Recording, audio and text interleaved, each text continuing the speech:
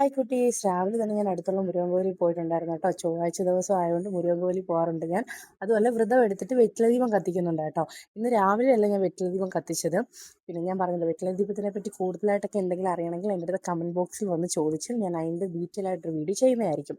ഞാൻ മുരുകൻ കോവിലിൽ പോയിട്ട് പ്രാർത്ഥിച്ചിട്ട് ഇറങ്ങി വന്നപ്പോൾ നല്ല അവിടെ അന്നദാനമുണ്ട് ചൊവ്വാഴ്ച ദിവസം കേട്ടോ. നല്ല സൂപ്പർ ഇഡലി സാമ്പാറും ചമ്മന്തിയാണ്. നല്ല രീതിക്കാണ് നമുക്ക് മനസ്സ് നിറഞ്ഞാണ് അവർ തരുന്നത് കേട്ടോ.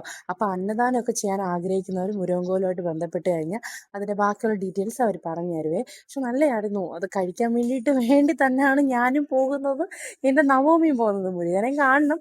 എല്ലാ ചൊവ്വാഴ്ചയും മുരുകനെ കണ്ടില്ല അന്നത്തെ ദിവസം കുളമാണെന്ന് വിചാരിക്കുന്ന ഒരാളാണ് ഞാൻ.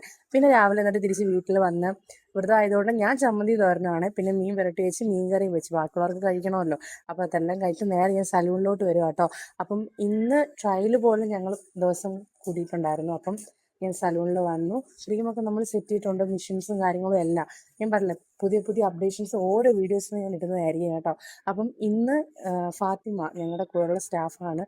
പുള്ളിക്കാരിക്ക് കസ്റ്റമൈസ്ഡ് ബട്ടർഫ്ലൈ ലെയർ വെട്ടണമെന്ന് പറഞ്ഞു. അങ്ങനെ ഹൈദർ ബട്ടർഫ്ലൈ കട്ടൊക്കെ കട്ട് ചെയ്തു. അതിനുശേഷം സെറ്റ് ചെയ്യാൻ പറ്റില്ല, അങ്ങനെ ഞാൻ സെറ്റ് ചെയ്ത് കൊടുത്തു. അപ്പോൾ ഫൈനൽ ലുക്ക് ഇപ്പോൾ ഫാത്തിമയുടെ കാണാം. വന്ന പോലെയല്ല കേട്ടോ പോയത്. അപ്പം എല്ലാവർക്കും ഞങ്ങളുടെ ലയാലി ബ്യൂട്ടി സ്റ്റുഡിയോയിലേക്ക് സ്വാഗതം. വെള്ളിയാഴ്ച ഓപ്പണിംഗ് ആണ്. അപ്പോൾ എല്ലാവരും വന്നാൽ ഒരുപാട് ഓഫേഴ്സ് ഉണ്ട്. അതിൻ്റെ കൂടെ എന്നെയും കാണാം.